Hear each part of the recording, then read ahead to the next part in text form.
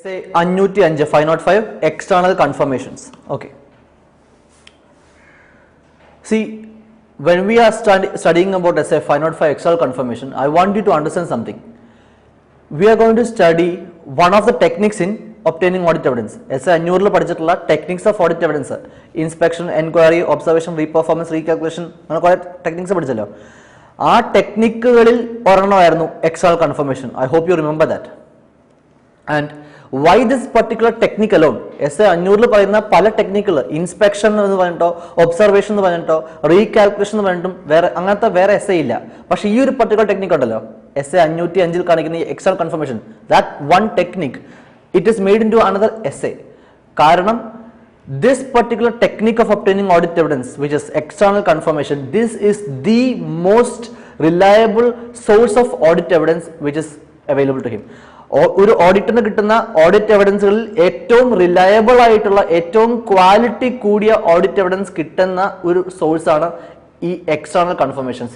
It is for that purpose, that is the reason why this particular technique of external confirmation it is made into another essay. Exam point of വ്യൂലും വളരെ important ആയിട്ടുള്ള ടെക്നിക്കാണ് external confirmation. Why is it so important, why is it so significant? എന്തുകൊണ്ടാണ് ഏറ്റവും quality ആയിട്ടുള്ള ടെക്നിക്കുകൾ എല്ലാം വെച്ച് ഏറ്റവും ക്വാളിറ്റി കൂടിയ ഓഡിറ്റ് എവിഡൻസ് കിട്ടുന്ന ഏറ്റവും ക്വാളിറ്റേറ്റീവ് ആയിട്ടുള്ള ഒരു ഓഡിറ്റ് എവിഡൻസ് കിട്ടാൻ സഹായിക്കുന്ന മെത്തേഡാണ് ഇതിനെന്ന് പറയാൻ കാരണം എന്താ? For that you have to read the definition of external confirmation. What is the definition of external confirmation? We studied that. We read that in the previous essay 500. Students, essay 505 says that external confirmation is the direct written response obtained by the auditor from a third person outside the entity. അതുകൊണ്ട് ഇത്ര special ആയിട്ടുള്ള എന്താ ഉള്ളത്? essay 500 നമ്മൾ sufficiency appropriateness ഉള്ള factors പഠിച്ചു. Appropriateness വെച്ചാൽ എന്താണ്? ക്വാളിറ്റി. ആ ക്വാളിറ്റി എങ്ങനെ ജഡ്ജ് ചെയ്യും? What are the factors which affect quality? What are the factors which contribute towards the appropriateness of audit evidence? പഠിച്ചില്ലേ? ഓർമ്മയുണ്ടോ? The code name Viduco. ആ വിഡുക്കോ എന്നുള്ള WIDCO 5 പോയിന്റിലത്തെ 3 ഒരുമിച്ച് വരുന്ന 3 ഒരുമിച്ച് സാറ്റിസ്ഫൈ ആകുന്ന ഒരു ടെക്നിക്കാണ് എക്സ്റ്റേണൽ കൺഫർമേഷൻ. ഏതൊക്കെയാ 3? External confirmation is the direct written response. അപ്പൊ അവിടെ ഡയറക്റ്റ് D ഉണ്ട്, റിട്ടൺ W ഉണ്ട്, ഇല്ലേ? External confirmation is the direct written response obtained by the auditor from എവിടുന്ന്? From a third person outside the entity എന്ന് പറയുമ്പോൾ അവിടെ എന്തുണ്ട്? ഇൻഡിപെൻഡന്റ് സോഴ്സ് എന്നുള്ള ഫാക്ടറും വന്നു. സോ ദാറ്റ് ഇസ് വൈ നമ്മുടെ ക്വാളിറ്റി ചെക്ക് ചെയ്യാൻ വേണ്ടി ഓഡിറ്റ് എവിഡൻസിന്റെ ക്വാളിറ്റി എങ്ങനെ നിർണ്ണയിക്കും? What are the factors which affect the quality reliability of audit evidence എന്ന് essay 500 പറയുന്ന 5 മെത്തേഡ്സ് ഉണ്ട്, 5 ഫാക്ടേഴ്സ് ഉണ്ട്. ആ 5 ഫാക്ടേഴ്സിൽ 3 ഒരുമിച്ച് വരുന്ന ഒരു type of audit evidence collection ആണ് external confirmation. That is why this is being so important. External confirmation is the audit evidence obtained as a direct written response to the auditor from a third party in paper, electronic or other form. So that is the meaning, that is the definition of external confirmation. Okay, and this is the reason why it is so important, because quality check ചെയ്യുന്ന എല്ലാ attributes majority attributes ഈ ഒറ്റ ടെക്നിക്കിൽ incorporated ആണ്.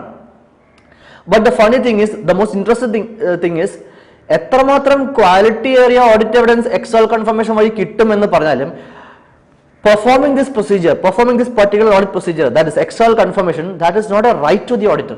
ഓഡിറ്ററിന്റെ അവകാശമൊന്നുമല്ലത്. എനിക്ക് ഏറ്റവും quality കിട്ടുന്നത് external confirmation വഴിയാണ്, അതുകൊണ്ട് ഞാൻ എക്സ്റ്റേണൽ കൺഫർമേഷൻ ആണ് ചെയ്യാൻ പോകുന്നത്. അങ്ങനെ ഒരു ഓഡിറ്ററിനെ സ്ഥാപിക്കാനോ അല്ലെങ്കിൽ അവകാശപ്പെടാനോ സാധിക്കത്തില്ല.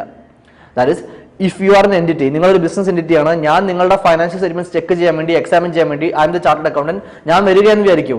നിങ്ങളുടെ കസ്റ്റമേഴ്സ്, നിങ്ങളുടെ ഡെറ്റേഴ്സ്, നിങ്ങളുടെ ക്രെഡിറ്റേഴ്സ്, നിങ്ങളുടെ സപ്ലയേഴ്സ്, നിങ്ങളുടെ മറ്റ് ഔട്ട്സൈഡ് പാർട്ടീസ്, നിങ്ങൾ ഡീൽ ചെയ്യുന്ന, നിങ്ങളുടെ ബിസിനസ്സിൽ നിങ്ങൾ ഡീൽ ചെയ്യുന്ന മറ്റ് ഔട്ട്സൈഡ് പാർട്ടീസിനടുത്ത് ഞാൻ ഡയറക്ട്ലി കോൺടാക്ട് ചെയ്ത് ആ തേർഡ് പേഴ്സൺസിൽ നിന്നും എവിഡൻസ് കളക്ട് ചെയ്യുന്നു. അതാണല്ലോ എക്സ്റ്റേണൽ കൺഫർമേഷൻ. അതെനിക്ക് അത്ര പെട്ടെന്ന് ചെയ്യാൻ പറ്റില്ല. Even though that is the most reliable source of audit evidence, that is one of the most qualitative ആയിട്ടുള്ള ഒരു ഓഡിറ്റ് എവിഡൻസ് എനിക്ക് കിട്ടുമെങ്കിൽ പോലും that cannot be exercise so directly and freely by the auditor. കാരണം ആ പറയുന്ന third persons എല്ലാവരും തന്നെയും സപ്ലൈസ് ആയിക്കോട്ടെ, കസ്റ്റമേഴ്സ് ആയിക്കോട്ടെ, ബീറ്റ് എനിവൺ, അവരെല്ലാം ആരുമായിട്ട് ട്രാൻസാക്ഷൻ എൻ്റർ ചെയ്തിട്ടുള്ള ആൾക്കാരാണ്? ഞാനുമായിട്ട് ഒരു ബന്ധമുണ്ടോ? ഇല്ല. I M the auditor. അതെല്ലാം നിങ്ങളുടെ കസ്റ്റമേഴ്സും നിങ്ങളുടെ സപ്ലൈസും നിങ്ങളുമായിട്ട് ബന്ധപ്പെട്ടിട്ടുള്ള നിങ്ങളുടെ ഫിനാൻസേഴ്സ് ഒക്കെ ആയിരിക്കും, നിങ്ങളുടെ ബാങ്കർ ഒക്കെ ആയിരിക്കും. So if I want to communicate to that third person, if I want to ask something, if I want to obtain an external confirmation from that third person who is having a business relationship with you, I should obtain the permission from you in the first place.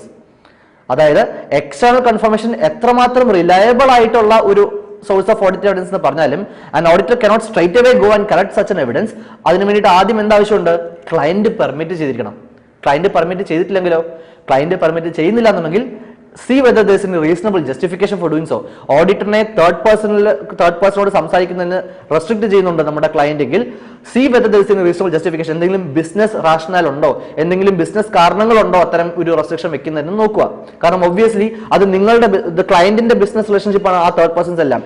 Audit has nothing to do with those third persons. So if the auditor wants to obtain something, if the auditor wants to inquire something, if the auditor wants to ask something to the third person about the client, ക്ലയന്റിന്റെ permission കൂടിയേ പറ്റൂ. If there is no reasonable justification, യാതൊരു reasonable justification ഇല്ലാതെ എന്തെങ്കിലും fraud മറച്ചു വെക്കാൻ വേണ്ടിയിട്ട് ഇല്ല ഞാൻ എൻ്റെ ആ പർട്ടിക്കുലർ കസ്റ്റമറിനെ കോൺടാക്ട് ചെയ്യാൻ സമ്മതിക്കത്തില്ല, അങ്ങനെ അകാരണമായിട്ട് പറയുകയാണ് ജസ്റ്റിഫിക്കേഷൻ ഇല്ലാന്നുണ്ടെങ്കിൽ then you can perform what you can give a qualified report on that basis. In other cases, that is where the client has a justification, client പറയാണ് അത് കുറച്ച് സെൻസിറ്റീവ് ആയിട്ടുള്ള ഇൻഫർമേഷൻ ആണ്, അല്ലെങ്കിൽ ക്ലയന്റുമായിട്ടുള്ള റിലേഷൻഷിപ്പ് ഇപ്പോൾ അത്ര പ്രോപ്പർ അല്ല, at this point of time I cannot give access to that client എന്നൊക്കെ എന്തെങ്കിലും ഒരു ബിസിനസ് റിലേഷൻഷിപ്പ് ഒരു റീസണബിൾ ജസ്റ്റിഫിക്കേഷൻ നമ്മുടെ ക്ലയന്റ് തരാൻ സാധിക്കുകയാണെങ്കിൽ then you will have to perform alternative procedure. വേറെയും ടെക്നിക്കുകൾ ഉണ്ടല്ലോ ഓഡിറ്റ് എവിഡൻസ് കളക്ട് ചെയ്യാൻ, എങ്കിൽ മറ്റ് ടെക്നിക്സിലോട്ട് പോകേണ്ടി വരും. Okay, so external confirmation is the audit evidence which is obtained as a direct written response to the auditor from a third party. Okay, examples: checking the property title deeds, bank balances, account balances, stock lying with third parties. Okay, അതൊക്കെയാണ് examples. How is stock lying with third parties? Stock എപ്പോഴാണ് third പാർട്ടീസിനകത്ത് പോവുക? നമ്മൾ balance sheet examine ചെയ്യുമ്പോൾ we saw inventory amount of substantial amount 20 lakhs inventory കണ്ടു. നമ്മൾ ക്ലയന്റിന്റെ premise നോക്കിയപ്പോൾ 20 lakhs worth inventory നമ്മൾ കണ്ടില്ല. So we are going to ask the client, ഈ ബാലൻസ് ഷീറ്റിൽ 20 lakhs ഇൻവെന്ററി കാണിച്ചിട്ടുണ്ടല്ലോ, ആ സ്റ്റോക്ക് ഒന്നും കാണുന്നില്ലല്ലോ എന്ന്. അപ്പോൾ ചിലപ്പോൾ ക്ലയന്റ് പറയും എന്റെ ഗോഡൌണിൽ സ്ഥലം ഇല്ലാത്തതുകൊണ്ട് ഞാൻ ഒരു വെയർ ഹൗസിൽ കൊണ്ട് കീപ്പ് ചെയ്തിരിക്കുക. So now this warehouse is a third person അല്ലേ. അപ്പോൾ നമ്മൾ ആ വെയർ ഹൗസിനെ വിളിച്ച് ചോദിക്കുന്നു, നമ്മൾ ഈ എൻറ്റിറ്റിയുടെ ഓഡിറ്റർ ആണ്, ഈ എൻറ്റിറ്റിനെ ഓഡിറ്റ് ചെയ്യുമ്പോൾ ഫൈനാൻഷ്യൽ സ്റ്റേറ്റ്മെന്റ്സിൽ ഇത്രയും ഇൻവെന്ററി കണ്ടു, അത് നിങ്ങളുടെ വെയർ ഹൗസിൽ കണ്ടു എന്നാണ് വെച്ചിട്ടുണ്ടെന്നാണ് നമുക്ക് കിട്ടിയിട്ടുള്ള information. Can you confirm that information? ആ വെയർ ഹൗസിൽ വെച്ചിട്ടുള്ള റെക്കോർഡ്സ് എല്ലാം പാസ് ചെയ്യാമോ? That is external confirmation. Okay, so these are the examples of external confirmation. The definition and example പഠിച്ചു വെക്കുക. Now, external confirmation is one of the most reliable and qualitative source of audit evidence. Yet, external confirmation requests are made only after obtaining the permission from the client entity. Understand that. True or false? Expect ചെയ്യാവുന്ന ഒരു area ആണ്. If the management refuses to allow the auditor to send a confirmation request, management സമ്മതിക്കുന്നില്ല എന്നുണ്ടെങ്കിൽ enquire the reasons for such a refusal and evaluate the possibility of risk. Perform alternative procedure. If there is a justification, നമുക്ക് alternative procedures ചെയ്യേണ്ടി വരും. If the management refusal is unreasonable, then the auditor is unable to perform audit procedure, then he shall communicate that matter with the TCWG. Those shall be governance-നോടൊക്കെ പറയണം, management ഇതുപോലെ അനാവശ്യമായിട്ട് restriction വെക്കുന്നു, നമ്മൾ audit ചെയ്യാൻ സമ്മതിക്കുന്നില്ല, scope restriction പോലെ തോന്നുന്നു എങ്കിൽ then we can consider the effect on the report also. അതായത് വേണമെങ്കിൽ modified report, disclaimer of opinion or qualified report as the case may be, as per the circumstance of the case you will be giving. Okay, now let's talk more about the type of external confirmation request. ഈ external confirmation request ഇല്ലേ, അതായത് third person ക്ലയന്റിന്റെ എൻറ്റിറ്റിയുടെ third പേഴ്സണോട് നമ്മൾ direct return response മേടിക്കുന്നു. This kind of confirmation request it can be of two types. രണ്ട് തരത്തിലത്തെ കൺഫർമേഷൻ റിക്വസ്റ്റ് നമുക്ക് കൊടുക്കാൻ പറ്റും. It can either be a positive confirmation request or it can be a negative confirmation request. അപ്പോൾ എന്താണ് positive confirmation request, എന്താണ് negative എന്ന് പഠിക്കാം, very important. A positive confirmation request is something which requires the third person to respond back irrespective of whether he agrees to what is being asked or not. അതായത് see, we are asking something to the third person അല്ലേ, ഈ ക്ലയന്റുമായിട്ട് ബന്ധമുള്ള ഒരു third person, അവന്റെ financer ആവാം, banker ആവാം, customer ആവാം, supplier ആവാം, എനിവൺ, വെയർ ഹൗസ് എൻറ്റിറ്റി ആവാം, എനിവൺ. സോ ദിസ് തേർഡ് പേഴ്സണോട് നമ്മൾ ഡയറക്ട്ലി എന്ത് ചെയ്യുന്നു, ക്ലയന്റിന്റെ പെർമിഷൻ കിട്ടിയതിനു ശേഷം ദിസ് തേർഡ് പേഴ്സണോട് നമ്മളൊരു കാര്യം ചോദിക്കുന്നു. ആ external confirmation request can either be a positive confirmation request or negative confirmation request. Positive confirmation request ആണ് നമ്മൾ ചോദിക്കുന്നതെങ്കിൽ what does it mean? Positive confirmation request ആണെങ്കിൽ നമ്മൾ ചോദിക്കുന്ന ചോദ്യത്തിനോടുള്ള ഉത്തരം യെസ് ആണെങ്കിലും ശരി, നോ ആണെങ്കിലും ശരി, നമ്മൾ എന്താണോ ചോദിക്കുന്നത് അതിനോട് കൺഫേം ചെയ്യുന്നുണ്ടെങ്കിലും ശരി, കൺഫേം ചെയ്യുന്നില്ലെങ്കിലും ശരി, the third person must respond back. അത്തരം ഒരു റിക്വസ്റ്റിനെയാണ് നമ്മൾ പോസിറ്റീവ് കൺഫർമേഷൻ റിക്വസ്റ്റ് എന്ന് പറയുക. നെഗറ്റീവ് കൺഫർമേഷൻ റിക്വസ്റ്റ് എന്ന് വെച്ചാൽ എന്താണ്? നെഗറ്റീവ് കൺഫർമേഷൻ റിക്വസ്റ്റ് എന്ന് വെച്ചാൽ വീണ്ടും തേർഡ് പേഴ്സണോട് നമ്മൾ ഒരു കാര്യം ചോദിക്കുന്നു, we are sending a confirmation to which he only need to respond back if he is in disagreement.